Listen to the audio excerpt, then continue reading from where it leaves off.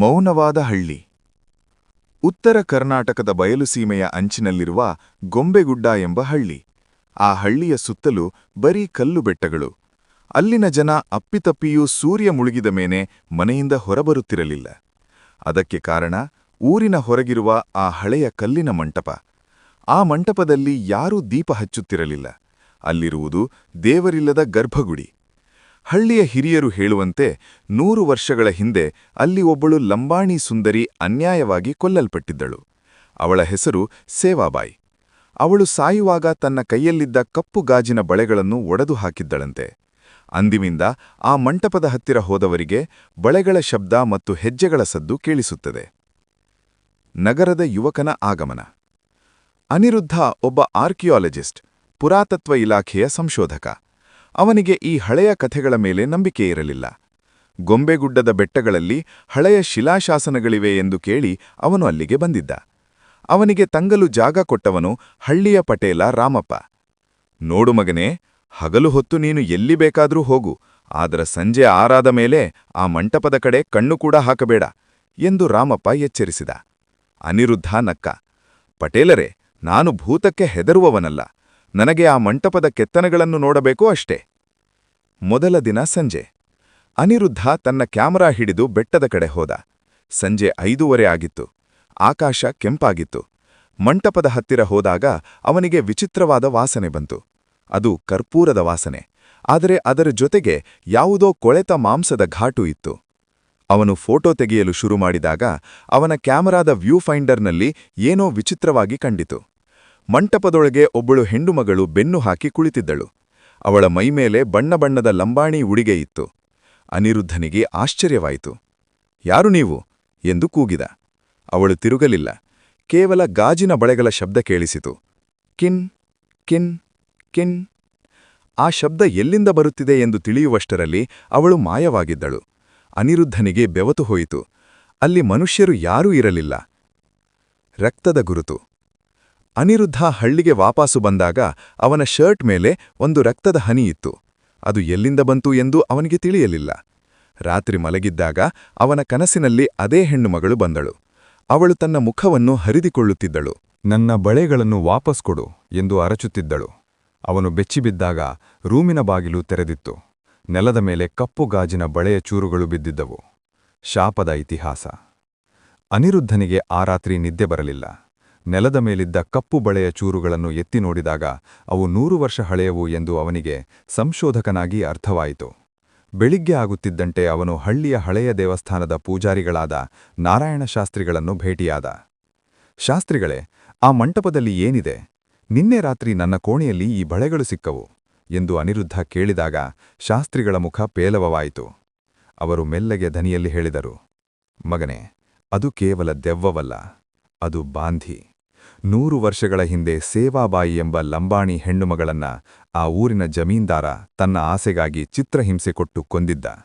ಅವಳು ಸಾಯುವಾಗ ತನ್ನ ರಕ್ತದಿಂದ ಆ ಮಂಟಪದ ಕಂಬಗಳನ್ನು ತೊಯಿಸಿ, ನನ್ನ ಬಳೆಗಳ ಸದ್ದು ಯಾರ ಕಿವಿಗೆ ಬೀಳುತ್ತದೋ ಅವರು ಈ ಮಣ್ಣಿನಲ್ಲಿ ಕರಗಲಿ ಎಂದು ಶಾಪ ಕೊಟ್ಟಿದ್ದಳು.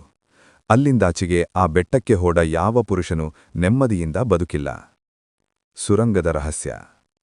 ಅನಿರುದ್ಧನಿಗೆ ಭಯಕ್ಕಿಂತ ಹೆಚ್ಚಾಗಿ ಕುತೂಹಲ ಮೂಡಿತು. ಅಂದು ಮಧ್ಯಾಹ್ನ ಅವನು ಮತ್ತೆ ಮಂಟಪಕ್ಕೆ ಹೋದ. ಈ ಬಾರಿ ಅವನು ಬಲವಾದ ಟಾರ್ಚ್ ಮತ್ತು ಅಗೆಯುವ ಉಪಕರಣಗಳನ್ನು ತೆಗೆದುಕೊಂಡು ಹೋಗಿದ್ದ. ಮಂಟಪದ ಮಧ್ಯಭಾಗದಲ್ಲಿದ್ದ ಕಲ್ಲಿನ ಸ್ಲ್ಯಾಬ್ ಒಂದರ ಮೇಲೆ ರಕ್ತದ ಬಣ್ಣದ ಗುರುತುಗಳಿದ್ದವು. ಅವನು ಅದನ್ನು ಜೋರಾಗಿ ತಳ್ಳಿದಾಗ ಕೆಳಗೆ ಹೋಗುವ ಒಂದು ಕಿರಿದಾದ ಮೆಟ್ಟಿಲುಗಳ ದಾರಿ ಕಂಡಿತು. ಸುರಂಗದ ಒಳಗೆ ಹೋಗುತ್ತಿದ್ದಂತೆ ಗಾಳಿಯ ಕೊರತೆಯಾಯಿತು. ಗೋಡೆಗಳ ಮೇಲೆ ಹಳೆಯ ಚಿತ್ರಪಟಗಳಿದ್ದವು. ಅಲ್ಲಿ ಒಂದು ಜಾಗದಲ್ಲಿ ಅಸ್ಥಿಪಂಜರಗಳ ರಾಶಿಯಿತ್ತು. ಅವುಗಳ ಪಕ್ಕದಲ್ಲಿ ಕಿಲುಗು ಹಿಡಿದ ಚಿನ್ನದ ಒಡವೆಗಳಿದ್ದವು. ಆದರೆ ಅನಿರುದ್ಧನ ಗಮನ ಸೆಳೆದದ್ದು ಅಲ್ಲಿಟ್ಟಿದ್ದ ಒಂದು ದೊಡ್ಡ ಪೆಟ್ಟಿಗೆ. ಅದರ ಮೇಲೆ ಸೇವಾ ಎಂದು ಕೆತ್ತಲಾಗಿತ್ತು. ಕತ್ತಲಿನಲ್ಲಿನ ಕೈಗಳು.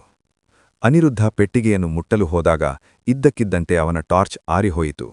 ಇಡೀ ಸುರಂಗ ಕಗ್ಗತ್ತಲಿನಲ್ಲಿ ಮುಳುಗಿತು. 1 ನಿಮಿಷ ಮೌನ. ನಂತರ ಅವನ ಕಾಲಬಳಿ ಯಾರೋ ಓಡಾಡುತ್ತಿರುವ ಶಬ್ದ. King king king. ಅದೇ ಬಳೆಗಳ ಶಬ್ದ. ಯಾರೋ ಅವನ ಬೆನ್ನನ್ನು ಹರಿತವಾದ ಉಗುರುಗಳಿಂದ ಪರಚಿದಂತಾಯಿತು. ನನ್ನನ್ನು ಬಿಡು ಎಂದು ಅನಿರುದ್ಧ ಚೀರಾಡಿದ. ಅವನು ಟಾರ್ಚ್ ಆನ್ ಮಾಡಲು ಪ್ರಯತ್ನಿಸಿದಾಗ ಬೆಳಕಿನಲ್ಲಿ ಕಂಡ ದೃಶ್ಯ ಮೈ ಜುಮ್ಮೆನಿಸುವಂತಿತ್ತು. ಸುಮಾರು 100 ಹೆಣ್ಣುಮಕ್ಕಳ ಕೈಗಳು ಗೋಡೆಯೊಳಗಿಂದ ಹೊರಬಂದಿದ್ದವು. ಅವೆಲ್ಲವೂ ಕಪ್ಪು ಬಳೆಗಳನ್ನು ಧರಿಸಿದ್ದವು. ಆ ಕೈಗಳು ಅನಿರುದ್ಧನನ್ನು ಹಿಡಿದು ಗೋಡೆಯೊಳಗೆ ಎಳೆಯಲು ಪ್ರಯತ್ನಿಸುತ್ತಿದ್ದವು. ಪಟೇಲನ ರಹಸ್ಯ. ಅನಿರುದ್ಧ ಹೇಗೋ ಮಾಡಿ ಅಲ್ಲಿಂದ ತಪ್ಪಿಸಿಕೊಂಡು ಹೊರಗೆ ಬಂದ. ಹೊರಗೆ ಪಟೇಲ ರಾಮಪ್ಪ ನಿಂತಿದ್ದ. ಅವನ ಕೈಯಲ್ಲಿ ಒಂದು ಹಳೆಯ ಕತ್ತಿ ಇತ್ತು. ರಾಮಪ್ಪನ ಕಣ್ಣುಗಳು ಕೆಂಪಾಗಿದ್ದವು. ನೀನು ಆ ಪೆಟ್ಟಿಗೆಯನ್ನು ಮುಟ್ಟಬಾರದಾಗಿತ್ತು ಅನಿರುದ್ಧ. ನನ್ನ ಪೂರ್ವಜರು ಮಾಡಿದ ಪಾಪದ ಹೊರೆ ನಮಗೆ ಗೊತ್ತು. ಆಕೆ ಶಾಂತವಾಗಬೇಕಾದರೆ ಪ್ರತಿ 12 ವರ್ಷಕ್ಕೊಮ್ಮೆ ಒಬ್ಬ ಹದಿಹರೆಯದ ಹುಡುಗನ ಬಲಿಬೇಕು. ಈ ಬಾರಿ ಅದು ನೀನೇ ಎಂದು ರಾಮಪ್ಪ ಅಬ್ಬರಿಸಿದ. ರಾಮಪ್ಪ ಆ ಜಮೀನ್ದಾರನ ವಂಶದವನಾಗಿದ್ದ. ಅನಿರುದ್ಧನಿಗೆ ಈಗ ಅರ್ಥವಾಯಿತು. ಊರಿನ ದೆವ್ವಕ್ಕಿಂತಲೂ ಹಳ್ಳಿಯ ಈ ಸಂಪ್ರದಾಯ ಹೆಚ್ಚು ಭಯಾನಕವಾಗಿತ್ತು. ರಾಮಪ್ಪ ತನ್ನ ಕತ್ತಿಯನ್ನು ಝಳಪಿಸುತ್ತಾ ಅನಿರುದ್ಧನ ಮೇಲೆ ನುಗ್ಗಿದ. 100 ವರ್ಷಗಳಿಂದ ನಮ್ಮ ವಂಶ ಈ ರಹಸ್ಯವನ್ನು ಕಾಪಾಡಿಕೊಂಡು ಬಂದಿದೆ. ಇಂದು ನಿನ್ನ ರಕ್ತ ಈ ಮಂಟಪಕ್ಕೆ ಅರ್ಪಣೆಯಾಗಬೇಕು ಎಂದು ಕಿರಿಚಿದ. ಅನಿರುದ್ಧನಿಗೆ ಓಡಲು ದಾರಿಯಿರಲಿಲ್ಲ. ಹಿಂದೆ ಆಳವಾದ ಸುರಂಗ, ಮುಂದೆ ರಕ್ತದಾಹಿ ರಾಮಪ್ಪ. ಅನಿರುದ್ಧ ತನ್ನ ಬ್ಯಾಗ್ನಲ್ಲಿದ್ದ ಹಳೆಯ ಶಾಸನದ ತಾಮ್ರದ ಫಲಕವನ್ನು ರಕ್ಷಣೆಗಾಗಿ ಹಿಡಿದುಕೊಂಡ. ಕತ್ತಿ ಮತ್ತು ತಾಮ್ರದ ಫಲಕ ಅಪ್ಪಳಿಸಿದಾಗ ಕಿಡಿಗಳು ಸಿಡಿದವು. ಅಷ್ಟರಲ್ಲಿ ಮಂಟಪದ ಒಳಗಿನಿಂದ ವಿಚಿತ್ರವಾದ ಸದ್ದು ಕೇಳಿಸಿತು. ಕಿನ್ ಕಿನ್ ಕಿನ್. ಬಳೆಗಳ ಶಬ್ದ ಈಗ ಕಿವಿಯ ತಮಟೆ ಒಡೆಯುವಷ್ಟು ಜೋರಾಗಿತ್ತು. ಗಾಳಿಯಲ್ಲಿ ಒಂದು ತೀವ್ರವಾದ ಶೀತ ಆವರಿಸಿತು. ಇದ್ದಕ್ಕಿದ್ದಂತೆ ಸುರಂಗದ ಒಳಗಿನಿಂದ ಕಪ್ಪು ಹೊಗೆಯಂತೆ ಏನೋ ಹೊರಬಂತು. ಅದು ಸೇವಾಬಾಯಿ. ಅವಳ ರೂಪ ಈಗ ದೇವತೆಯಂತಿರಲಿಲ್ಲ. ಅದು ಭಯಾನಕವಾಗಿತ್ತು. ಕೆದರಿದ ಕೂದಲು, ಕೆಂಡದಂತ ಕಣ್ಣುಗಳು ಮತ್ತು ರಕ್ತಸಿಕ್ತವಾದ ಕೈಗಳು. ಅವಳ ಮೈಮೇಲಿದ್ದ ಕಪ್ಪು ಬಳೆಗಳು ಚಕಚಕನೆ ಮಿಂಚುತ್ತಿದ್ದವು. ರಾಮಪ್ಪ ಭಯದಿಂದ ನಡುಗಿದರೂ ತನ್ನ ಕತ್ತಿಯನ್ನು ಅವಳತ್ತ ಬೀಸಿದ. ಹೋಗು, ನಿನ್ನನ್ನು ಕಟ್ಟಿಹಾಕಲು ನನ್ನ ಹತ್ತಿರ ಮಂತ್ರವಿದೆ ಎಂದು ಕೂಕಿದೆ. ಆದರೆ ಸೇವಾಬಾಯಿ ನಕ್ಕಳು. ಆ ನಗು ಮನುಷ್ಯನದ್ದಲ್ಲ, ಅದು ಸಾವಿರಾರು ಚೀರಾಟಗಳ ಸಮ್ಮಿಲನವಾಗಿತ್ತು. ಅವಳು ರಾಮಪ್ಪನ ಕತ್ತಿಯನ್ನು ಕೇವಲ ತನ್ನ ದೃಷ್ಟಿಯಿಂದಲೇ 2 ತುಂಡು ಮಾಡಿದಳು. ರಾಮಪ್ಪನ ಕಾಲು ಕೆಳಗಿನ ನೆಲ ಕುಸಿಯಲು ಶುರುವಾಯಿತು. ಸೇವಾಬಾಯಿ ರಾಮಪ್ಪನ ಕುತ್ತಿಗೆಯನ್ನು ಹಿಡಿದು ಗಾಳಿಯಲ್ಲಿ ಎತ್ತಿದಳು. ನಿಮ್ಮ ಪೂರ್ವಜರು ನನ್ನ ನಗುವನ್ನು ಕಸಿದುಕೊಂಡರು, ನನ್ನ ಬಳೆಗಳನ್ನು ಒಡೆದರು. ಈಗ ನಿನ್ನ ವಂಶದ ಕೊನೆಯ ಉಸಿರು ನನ್ನದಾಗಲಿ ಎಂದು ಅವಳು ಗರ್ಜಿಸಿದಳು. ರಾಮಪ್ಪನ ದೇಹ ಇದ್ದಕ್ಕಿದ್ದಂತೆ ಕಪ್ಪಾಗತೊಡಗಿತು. ಅವನ ನೆರಳು ಅವನ ದೇಹದಿಂದ ಬೇರ್ಪಟ್ಟು ಸೇವಾಬಾಯಿಯ ಪಾದದಡಿಯಲ್ಲಿ ಸೇರಿಕೊಂಡಿತು.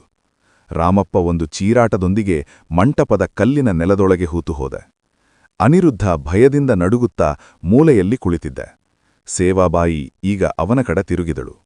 ಅವಳ ಕಣ್ಣುಗಳಲ್ಲಿ ಈಗ ಕ್ರೌರ್ಯವಿರಲಿಲ್ಲ, ಒಂದು ರೀತಿಯ ನೋವಿತ್ತು. ಅವಳು ಅನಿರುದ್ಧನ ಮುಂದೆ ಬಿದ್ದಿದ್ದ ಆ ಹಳೆಯ ಪೆಟ್ಟಿಗೆಯನ್ನು ತೋರಿಸಿದಳು. ಅನಿರುದ್ಧ ಧೈರ್ಯ ಮಾಡಿ ಆ ಪೆಟ್ಟಿಗೆಯನ್ನು ತರದ.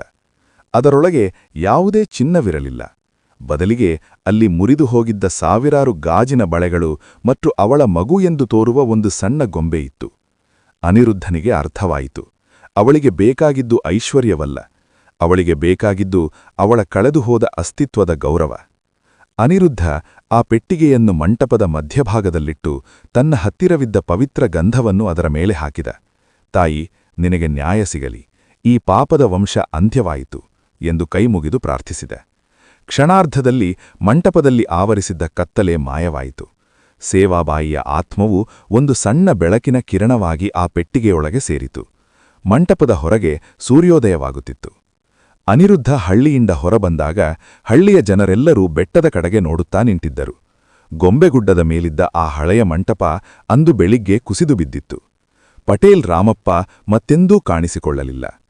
ಅನಿರುದ್ಧ ನಗರಕ್ಕೆ ವಾಪಸ್ ಬಂದರೂ ಇಂದಿಗೂ ಅವನಿಗೆ ಒಮ್ಮೊಮ್ಮೆ ಗಾಜಿನ ಬಳೆಗಳ ಸದ್ದು ಕೇಳಿಸುತ್ತದೆ. ಆದರೆ ಆ ಸದ್ದು ಈಗ ಭಯ ಹುಟ್ಟಿಸುವುದಿಲ್ಲ, ಬದಲಿಗೆ ಯಾರೋ ಅವನನ್ನು ಕಾಯುತ್ತಿದ್ದಾರೆ ಎಂಬ ಭರವಸೆ ನೀಡುತ್ತದೆ. ಇದೇ ರೀತಿ ಕಥೆ ವೀಕ್ಷಿಸಲು ಟ್ರೆಂಡ್ ಕನ್ನಡ ಚಾನೆಲ್ ಸಬ್ಸ್ಕ್ರೈಬ್ ಮಾಡಿ, ಲೈಕ್ ಮಾಡಿ, ಶೇರ್ ಮಾಡಿ. ಮತ್ತೆ ಸಿಗ್ತೇನೆ ಹೊಸ ಕಥೆಯ ಜೊತೆ.